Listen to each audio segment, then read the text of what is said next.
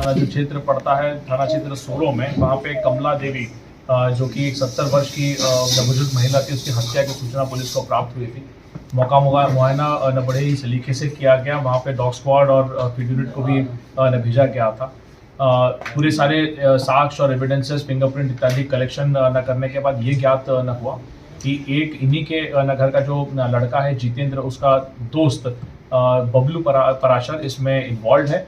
उसको पुलिस ने गिरफ्तार न किया। गिरफ्तार करने के बाद उसने अपना जुर्म जो है वो इकबाल उसने किया।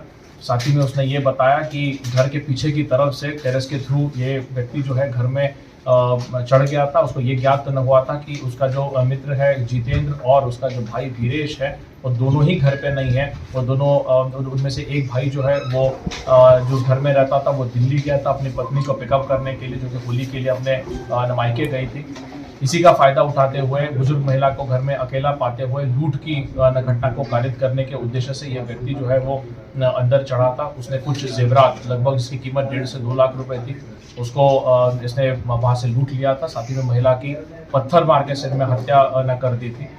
पूछताछ न करने पर यह ज्ञात न हुआ कि इस व्यक्ति ने, जैसे इसको पता चला कि पुलिस इसके पीछे न पड़ी हुई है, 2 दिन से इसको शक था और उसने जो जेवर है वो उसने पानी में गोरा नहर में फेंकवा दिए थे। गोताखोर लगा के हम लोगों ने सर्च भी वहाँ पे कंडक्ट न करवाया, पर जेवर मिल नहीं पाए। खून से सने हुए इसके कपड़े जो हैं वो हम लोगों को उसी के बगल में खेत से न प्राप्त जो है वो हुए हैं।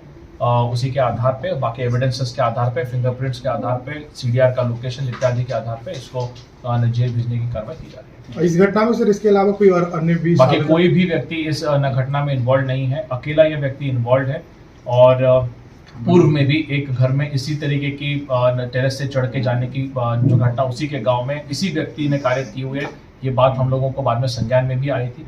तो इसी तरीके का इसका इतिहास जो है कहाँ का निवासी? बिल्कुल उसी जो महिला है उन्हीं के घर के बगल में रहते हैं। सारी चीजें इन लोगों को आपस में पता होती है किसके घर में क्या रखा है, क्योंकि ये व्यक्ति जो था जितेंद्र, उसकी अभी शादी हुई थी और शादी में कुछ जेवरात भी प्राप्त हुए।